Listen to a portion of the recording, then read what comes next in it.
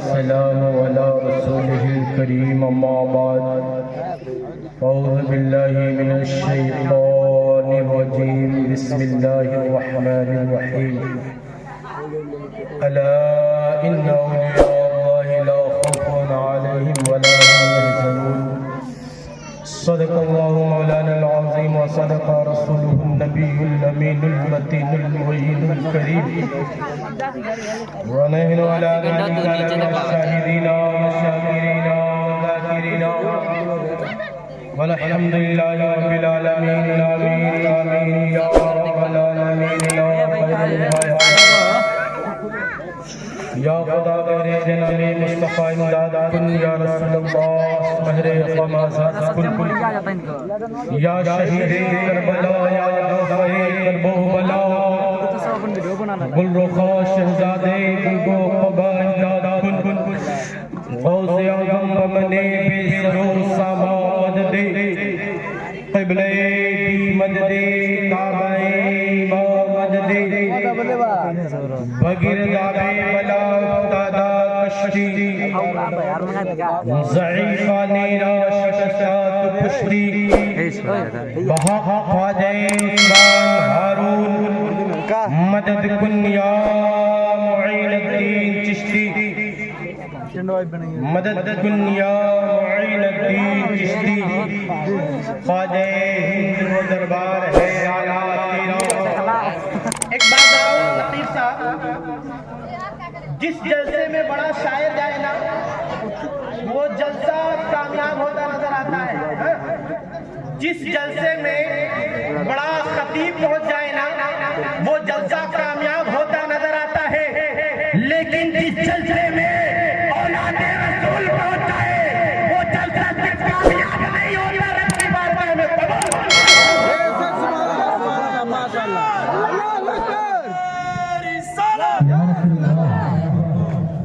جس جلسے میں اولاد رسول آ جائے نا وہ جلسہ پھر رب کی بارگاہ میں قبول ہو جایا کرتا ہے تم بڑے خوش نصیب ہو یار اولاد رسول کا ذکر سن رہے ہو اولاد رسول کے نام پر سن رہے ہو اس سے بڑی قسمت کی میراث کیا ہو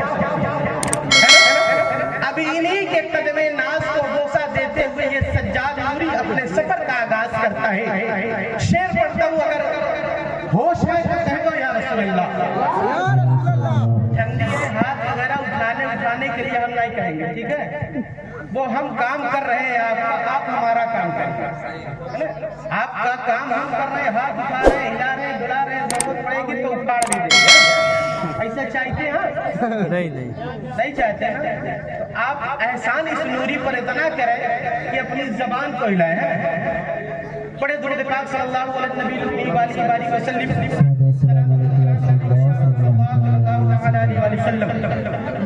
بڑی تیزی کے ساتھ